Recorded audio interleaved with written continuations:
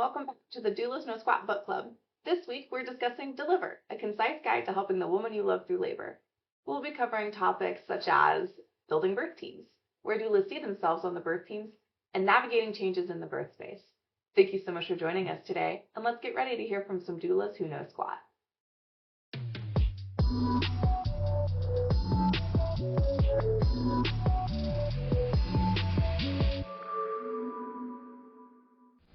So, how do you approach birth teams, and where do you see yourself on the team? I think you really got to talk to the birthing person and their partner there to figure out how involved the partner wants to be. Because some partners and some birthing people, they just want the partner up by their head saying, I love you, you're doing great. And others want to be more hands-on and want to feel like, you know, they're providing the relief. And then, I don't know, maybe in the moment, they're like, you know what, everything that you're doing is wrong. I need you up by my head, and I need my doula down there by my bottom. So just really listening to them and figuring out what's going to be best for them. So when you're picturing the birth team, do you mostly just picture you and your client and whatever support people that they have?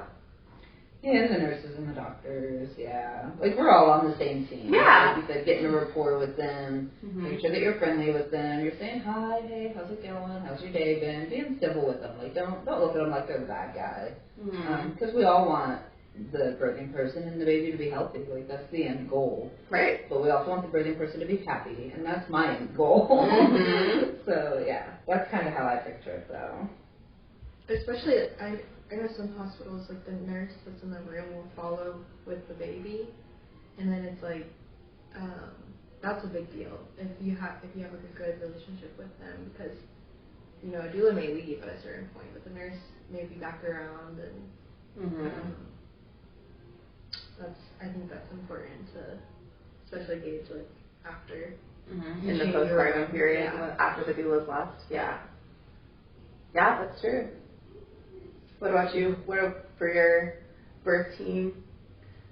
I mean, trying to pull in everyone on the team. That I feel like during the labor, the doula can kind of be like the coordinator. That's the exact word that's been in my head. Yeah. It's like, okay, partner, here's a good place for you to be supporting. Hey, nurse, can you help me position mom in a certain way, or like just kind of working the room. Yeah, and asking, you know, in our Standing Strong, we have an advocacy class that I teach.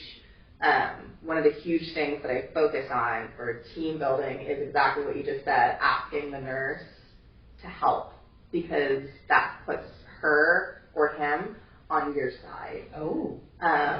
So if we say, you know, client name is really wanting this, can you help me figure out how to get us there? Yeah. And then they're trying to figure out how to help, and you come to this together. And then you say, okay, how do we present this to the practitioner? How can we do this? And I found that approach gets my client what they want so much more often than anything else that I've done. So that nurse has more of that relationship with the person. Yeah, exactly. And the way that they word what they're asking for, if they're having to call a doctor or a midwife on the phone to ask, is it okay if we switch them to intermittent monitoring? Or they would like to start eating or something along those lines, is going to be really important for whether or not that practitioner then signs off on it, which in the end, my client's going to do what he wants. Yeah. But it's good to at least start on the foot of, let's do this together. Yeah. But I think it does some, what's the phrase, like, it does something for the movement, you know, like, if the doctor, like, is like, oh, I had a really good experience with this doula, and they're probably more prepared to work with the next doula. Yeah. If we make their job easy, you know, it's going to be, like, if I walk into a birth at OPR, I've literally been cheered as I come in. Like, oh, thank God you're here. She has been asking for you. Come on. She just got here 5 minutes ago. We're already excited that you're here. Or like, I was leaving, I had a nurse stop me one time and say, is it ethical for you to just like follow me into the next room? Because I think she really needs a doula. Oh. You know, like that kind of relationship versus when you come in and they're like, ugh, the doula's here and I don't. Right. They've probably had a bad experience before. And everything that we can do makes it easier for the next doula, for the next person. Exactly. Global impact instead of one at a time. And at the same time, doing our job. Yeah. We're advocating for our client in the best way possible. Yeah. So that's my favorite way to go about it. I see myself as like a coordinator, a recruiter almost. Like, come get on our team. This is what our goal is, and come join us, and can you help? And then like, you're such an asset, thank you so much. Gets me a lot. Has gotten me actually to be able to stay overnight in hospitals where they don't want to. I hid in the bathroom. The nurses hid me in the bathroom. Oh my God, I did not. That's so the doctor came around and did rounds, and I just... Wow. And then they came back and I'm like, good. So I got to support my client overnight. Yeah. It helped. I said, she doesn't want me to leave. What do we do? You know, she like, go ahead. Wait, like you came in with her and they asked you to leave once it turned to nighttime? COVID restrictions, yeah. Oh, it was a COVID Oh my God. Yes, it was a multi-day infection. Right. Right, and they were so done with it, and they were just like, there should be no reason for you to have to leave, and you want to stay. Like, you were already there. Do they think that you got COVID in between, like, arriving? It's like, you're more likely to pick up COVID by leaving and coming back the next day. Right. Thank you. Exactly. It's my point. Anyway, yes. So they... You're quarantining with them. And it was funny, because I worked really hard because I had a goal of being able to stay. It was a multi-day infection. I knew that she was going to be staying overnight. And I really worked to become best friends with this nurse. I mean, it was a lot of, can you help me with this? What resources do you have for it? We've got time. We're hanging out and talking while supporting my client because her contractions have like 10 minutes in between. But she really needed support. The doctor was not supportive of her birth plan at all, so I did not feel comfortable leaving her alone. And then by the time we're getting to the end of it, she was so invested in our birth story that she actually handpicked who was going to be our night nurse, who was her best friend, to hide me. That they coordinated when they were doing the rounds at the end when I was supposed to leave with her. That's so awesome. Yeah, and then they would just let me know if the doctor was coming by, which of course he didn't. Right. You know? Yeah. So it worked out great. So that's my technique that I like and where I see myself on the team. Do you guys see, like, who do you guys see as the team leader? If we're picturing as a team. Birthing person? Yeah. Not the practitioner? No. I agree. I just always like to ask that question. Do you guys ever ask that question during prenatals? I think I will now. But I think it's important to remind them that they are the leader. I tell my friends, like, you can love your doctor, I love your doctor, but you're not going to see them. And also the chances of them being at your birth are like 1 in 4 maybe, depending on how many doctors they rotate with. with. So I'm like, it's got to be you. It's got to be you. Which I know makes some people nervous, but it's also like you gotta know that you're gonna have a lot of decisions to make, and just talking about all of that today. Be prepared for it, or else you're going to feel like this birth happened to you. Right. Yeah. Yeah. Another phrase I like to use a lot is whenever, and clients say this all the time, they will allow me to, or they let me. And I always say, let me is such a strong phrase. Yeah. They don't have that power. They can't tell you that you can't. And so every time they say it, I would just say, that's a strong phrase again. And then eventually they start saying, I'm choosing to. Yeah. And we just throw that language out. You're the leader. You're the one who does it. And I find asking that question of, who do you see as being in charge in your birth space? Yeah. Is a good way to kind of start that mental switch. I feel like language is so important. Like that, like if you're framing everything as like oh, what is the doctor letting me do? What is the, these are the choices that they gave me. It needs to, like, you need to have that mental space, start using the right language. And then the feeling of being in charge can follow that. And the expectation. Yes. Yeah. I mean, the way that we behave when we expect to be in charge is very different, and the expectations that we have are very different. It's much more difficult to be intimidated, which is where a lot of, when a medical professional comes in standing over someone like this and telling them what's going on when you're on the bed, it's a lot harder to feel in charge. And if you've already been empowered, it's a lot more likely that you're going to not be so intimidated, to still have a much more positive experience. And we don't necessarily know that the arm cross thing is going to happen, but I've seen it in some of the most amazing birth spaces, and they're doing it unconsciously. They're not trying, well, most of them. I always try to give someone the benefit of the doubt. They're not trying to intimidate my client, but they are. Yeah. Body language says a lot. Yeah, and you just go stand next to your client and just kind of. What were you saying? We're going to just prop you up a little bit, give you some of that. All right, page 38, 39. What did I write on here? We really already covered this question. Where they're talking about the doctor arrived late, and just really how do you form a relationship with nurses. So that's actually covered in this book for partners to be able to establish a really good relationship. I'll just read off the options, and if there's any that we left out, I think we covered it pretty thoroughly, so I doubt it. But be friendly. Remember that nurses are people of two. Remember their names. Be considerate. And we had a lot more on there than just that, so well done, everyone. Any other closing thoughts on Chapter 5?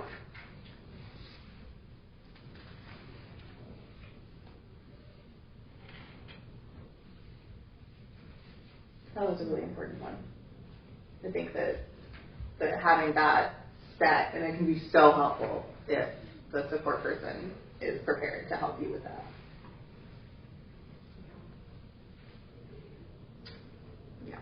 Okay, Chapter 6. So page 41 through 42 talks about changes in the birth space. It starts by talking about medication and moving into about halfway down, page 42. I underlined, it's also important for the birthing mom to cut herself some slack when she does go into labor and wants to change her plan. And it's just as important for her partner to support her whatever she decides. So I wanted to know, have you guys ever had partner support people that were not supportive of changes, or decided that the changes should happen and were not supportive of sticking to the plan? And how did you handle it?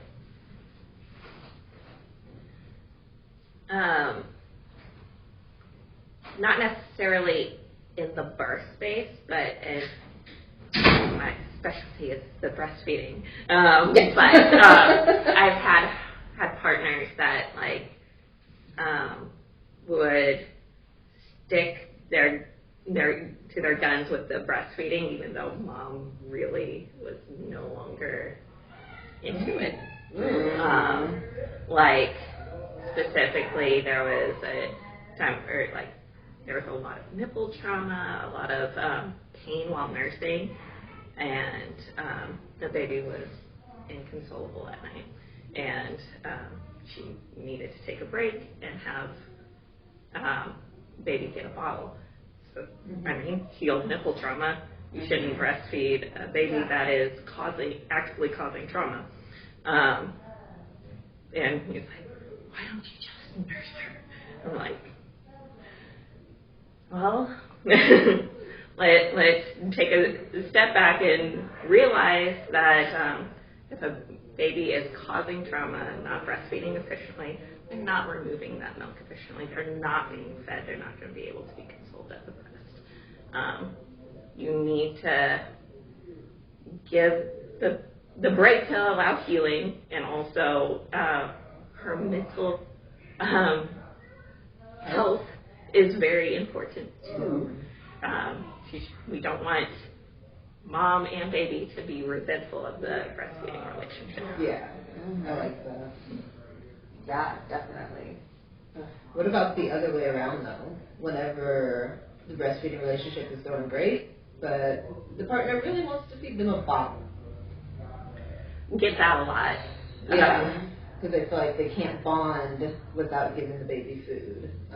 We have a flyer. It's called How to Bond with Baby Without Feeding. And it lists a bunch of different options for bonding without feeding.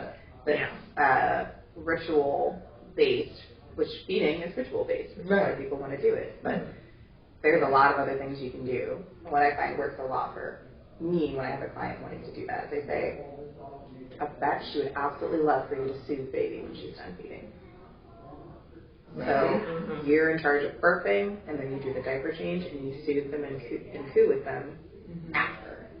And that is such an oxytocin-filled time that you don't have to be the one to give the food. And I find that a lot of partners, that that's specifically what they're wanting, that helps.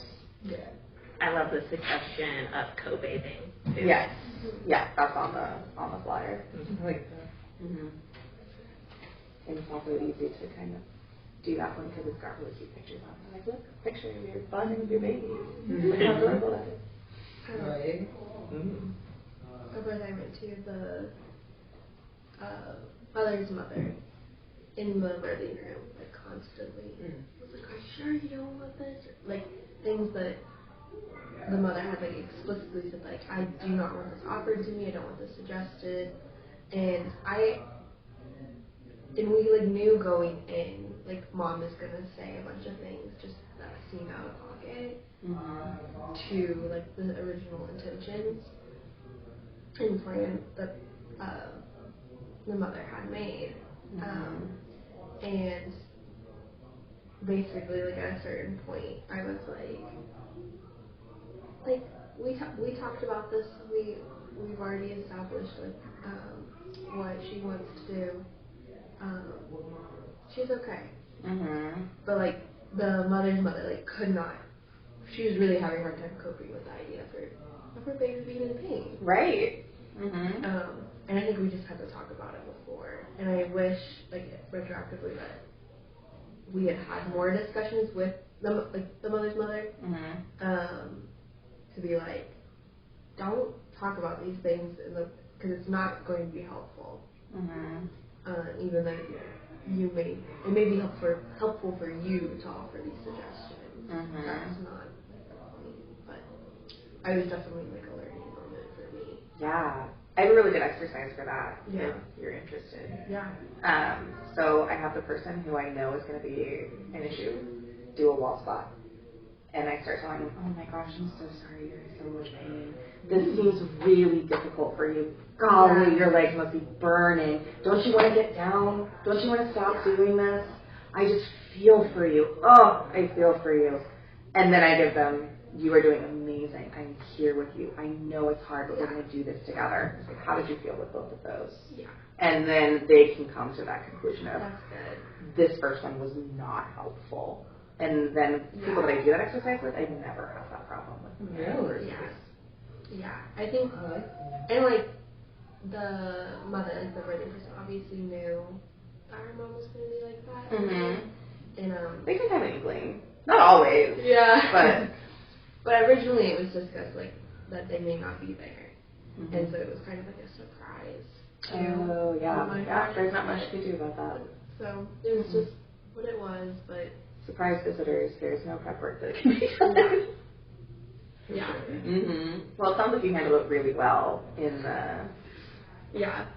Tried to. We do our best. Yeah. Have you run into it, April? Well, I was wondering, whenever you make them do the wall squat, are you having them do that prenatals or in labor? Okay, I was just imagining you off in the corner, like, hey, sit over here. Yeah. We need to do an exercise real fast. Oh my goodness. That would be hilarious. Yeah. That would be something I would do. I prefer to talk to every person who's going to be in the room or something. Yeah, I ask everyone who's going to be there to come to prenatal too. Yeah. They're invited to both prenatal, but and I say because we're going to be specifically practicing. So we really try to get the whole birth team as far as like, I see it for birth team, I see it as like the core birth team, and then we like recruit the medical professionals into that when we get there because, you know, obviously we're not going to all meet beforehand. You can't pick them. Exactly. So the core birth team, I want everyone to be there for practice, and then that really helps me know who is not necessarily either on board or they keep saying things like, I just remember it was so hard when I did it, and things like that for moms, where they're like, it's just so hard for me to see when she's in pain. Or I'll get a lot of partners that say that. And say, okay, we're going to practice real quick. This is going to sound weird, but I need you to do a wall squat. Right? It might seem like crazy, but, and this might be like a story or two, but I feel like I see red. This is like, well, back in the day, whenever I'm like, you don't say that. Yeah. Guess when it's not. Back in the day. We're in the now. So, thank you for your input, but not at this moment. For bringing irrelevant information. Yeah. It's a little bit. Yeah. I think it's good to know, like, how the birthing person's mother birthed, like, in the medical sense, actually, but. Well, and then you know what story she's been telling her whole life, you know? Yeah. Yes. Yeah. Mm-hmm. I mean, like, if you need to, like, do some work to, like, break these, like, mental blockages of what she could be going through during labor. It's like, issues just, like, running over and over in her head, this scenario that happened to her mother or to her aunt. Or to like medicated or unmedicated, because some people are like, well, my mom didn't need pain medication or anything. It's like, that doesn't necessarily mean you won't want it, like, and that's okay. Or maybe they got the story of like all the women in our family have C-sections. Yes, I have that. I have had clients that they come to me and they say, I hired a doula because my mom and my sisters have all told me that I cannot give birth vaginally, and I want to. Like, okay, well, I'm going to start with yes, you can.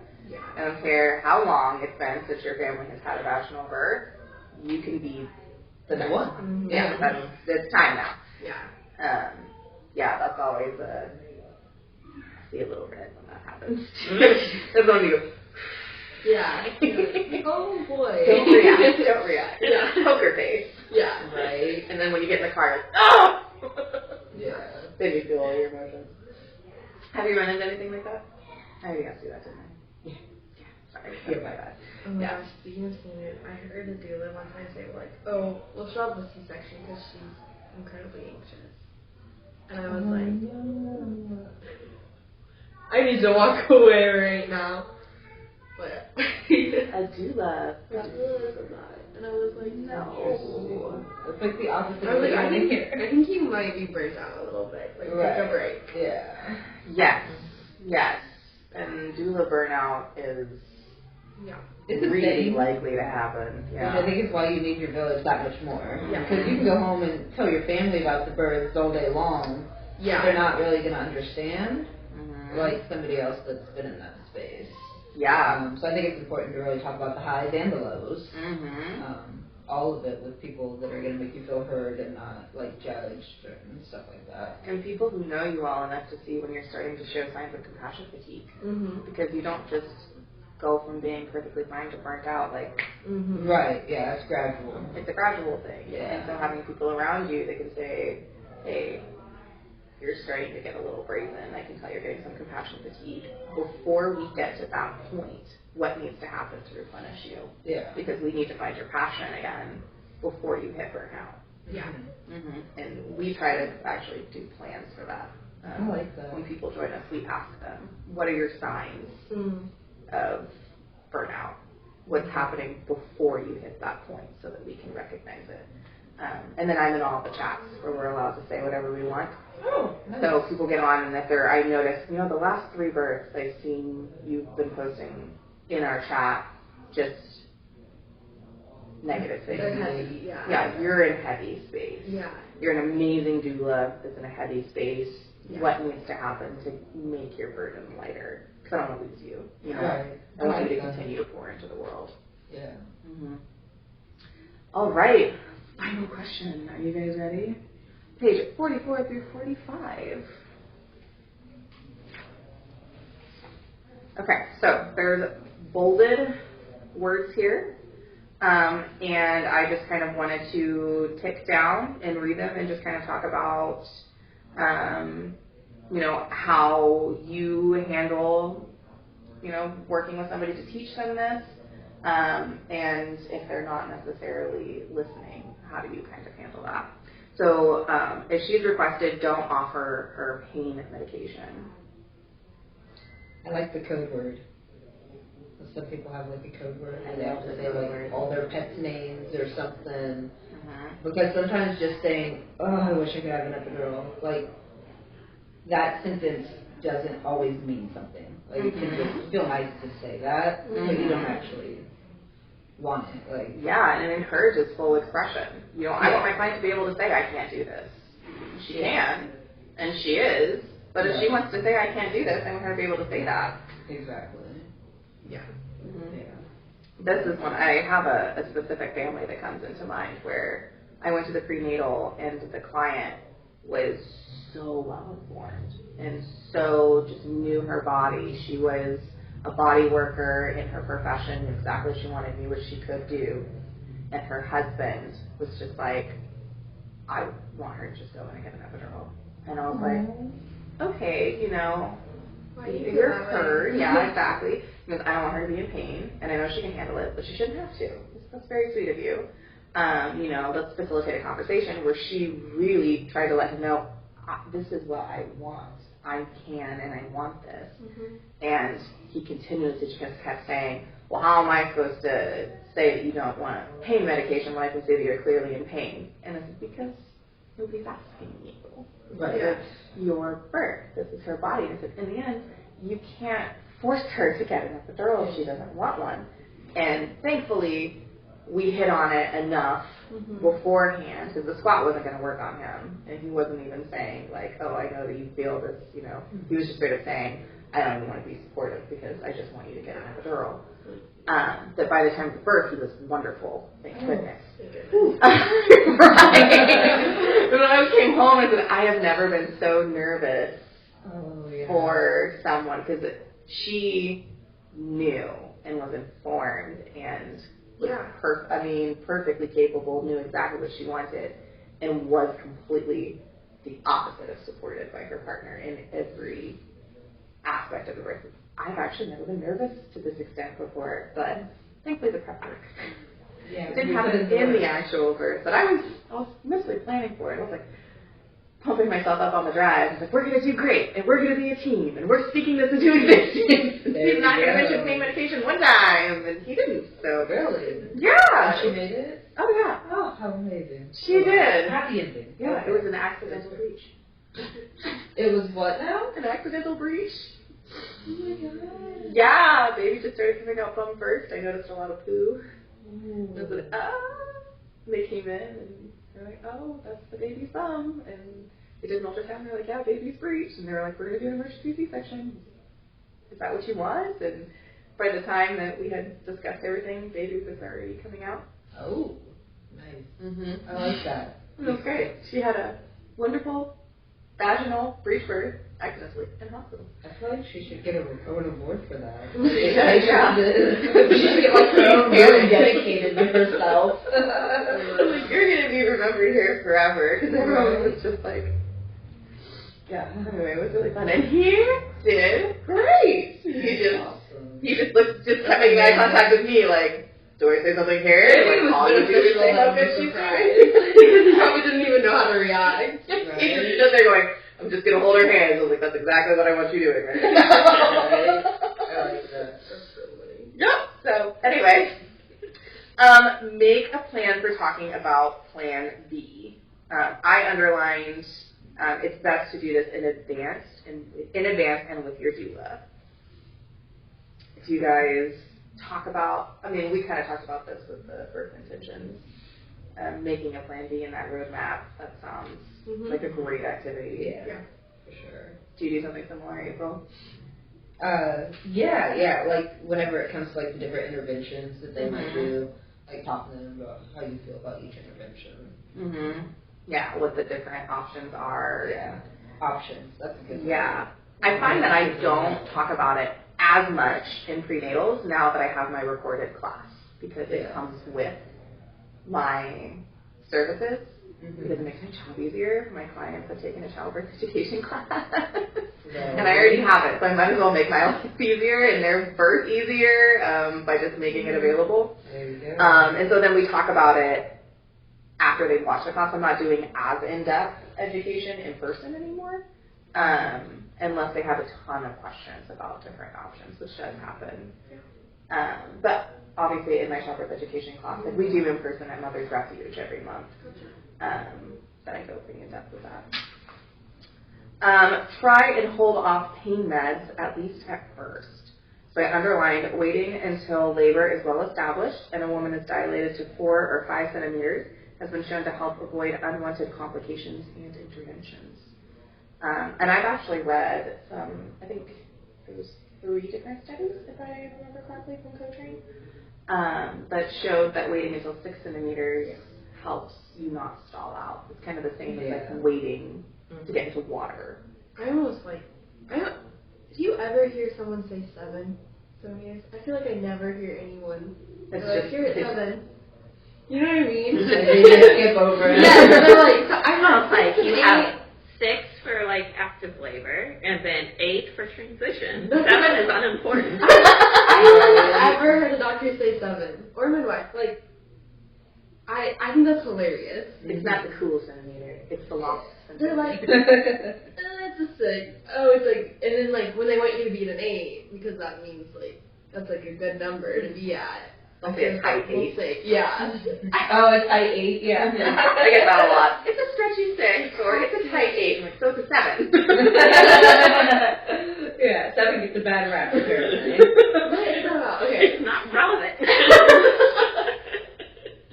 Yeah. Oh my gosh. But it's like between a 6 and an 8 is whenever I think they would want to do an epidural if that's something that they are wanting to do. I also know that people stall out at 8 like, fairly frequently. Yeah, that's one of the symptoms of transition is you might take a break. And I always tell my clients, if you stall out and transition, one of the questions on our plan is, what do you want to do here if you stall here? Do you want to take it as a sign that your body needs to rest and take a nap? Like, congratulations, you get some time to sleep before pushing. Or are you wanting to get baby out, and so then we start either upping the intervention or changing the type of intervention or starting one in the first place. And kind of having that plan beforehand, I find can be really helpful. For sure. Most of my clients say, I can take a nap during labor. Absolutely, that's what I would prefer to do. But it's different for everybody, so yeah, I think it's pretty common sense already. But if you're already getting the epidural for the purpose to sleep, which a lot of people do, then sometimes it's kind of hard to tell, like, are you having that transition stall or does the epidural stall you? Yeah. Because one requires medical intervention to get it back. If the epidural did it, then you need something like Pitocin more than likely to help kick it back in. Or if it's a natural labor stall, your body's just going to do it on its own. I feel like I've also been in like at least 2 situations where the mom was like, I want to start thinking about an epidural, and it's like, we're past that point. Actually, you're past that point. Oh, you're chattering now. Okay, we're past that point. Your body is starting to have some adrenaline. You're getting labor shakes. Baby's about to come out. Yeah. That's what I always just say. You are almost there, and I am so happy to talk to the medical staff about it. But I'm not 100% sure that that's still on the table. By the time he gets over here, the baby's probably going to be on your chest. No, seriously. There we are. Yeah. So, yeah, the anesthetists like take her anesthesiologist and her anesthetist or whatever. They take a long time to get over They it. do. Yeah. Well, depending on how much they have hired at that hospital, but I always tell my clients, like, could be 20 minutes, could be an hour, maybe an hour and a half. I don't know. That's another thing to talk to clients about. It's like, you may request it at this point, but By the time they get here, it may not be necessary. You're like, apparently that's what happened at my birth. past that point. Oh, yeah. When I was born, my mom had all 4 of us without an epidural, except she's actually not sure if she got one with me or not, because she requested it, but it took him so long to get there that then she had difficulty sitting still, and she said that I just, like, flew out.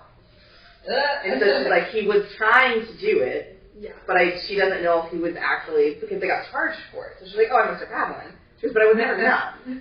Well, did he poke you? She's like, I don't know. They did the 4, like, numbing shots, but I don't think he got the actual needle in for... Yeah, probably. Because she never, I was like, well, if he never got numb, he probably never... Yeah. If you could walk after, you didn't get it. Right. Yeah. If they didn't make you stay in bed for 2 hours, because they would have, you know, then probably not. But I actually only found that out a couple weeks ago. Interesting. She had told me my birth story so many times, but Yeah, and then I was like, wait a second. she was like, interesting part that I've left out. That's so cool. Something very similar happened with my birth. Like, Yeah. my mom always said that she didn't want the epidural because they were kind of newish at the time. But she had requested some, like, IV meds. And they're like, it's too late. By the time they kick in, you will have had her. But she was, like, adamant that she wanted them. So the doctor was like, I'll give her half a dose. And by the time they actually kicked in, I was already born. Well, that's good, because you don't want the IV payments when you're going to be giving birth within 4 hours, because you're putting opiates in your baby. Yeah. I'm glad that you breathe, you know? That's dangerous. Oh my goodness. Okay, anyway. Oh, how times have changed. Right. Okay, you don't need to overdo things, which I feel like needs a little... But that needs a banner in every room. And I underlined, if she has no sense at all that she is having contractions and can't move her legs, the epidural is probably heavier than it needs to be and runs a risk of interfering and slowing down the labor. Speak with the anesthesiologist about this so that it can be adjusted. Have you guys had clients whose epidural is too heavy? I have not. You have not. I feel like I've heard situations where it's like all on one side of their body. Oh, yeah. Hot spot. Like, or they had a lot of pain at the start of the epidural, like actually getting it. I've definitely had clients where they can't move their legs, but I never connected that it could be turned down even. Yes. And like, I think I knew that was possible, but also like the anesthesiologist like leave. Right. So like, and then it's locked, but you can ask them to come back. yeah, and I think that this is something in the future I'll definitely tell them to talk to their doctors about if it is something that they desire ahead of time. Yeah. And it's also a really good tool for turning it down when you're getting close to pushing, especially for a first time mom. I know, like, you're giving us I've definitely seen Pitocin turned up and down, but not necessarily. Yeah. Yeah, that's all of the medications can be Yeah. halved, turned down, made up, put on a drip, Yeah. turned off. Yeah. Yeah, I think it can be really hard for a first time mom to push whenever she can't feel anything. Yeah. Yes, it can be. Yeah. It can make it feel like you're not making progress. Turning it down at the end is the next one. Yeah. Makes sense. What time are you guys going to be done? Well, there's one more question. It's alright, you can edit that. Okay, the final sentence that I was going to say, but now I'm gonna for a second, so I can edit that out. Okay, so very last thing that I have for chapter 6 and for this book club is bottom line, your job is to help your partner make the decisions that she believes are right for her without feeling pressured or disempowered by friends, family, and or medical personnel. And that just sums it up, doesn't it? It really does. Okay. Birthing person calls the shots. Exactly. And support the shots. That's it. That's the end of it. As far as no, when that person has made that decision, then we all support it as long as it is a fully informed consent. Yeah. All right, awesome. Thank you guys so much for coming today.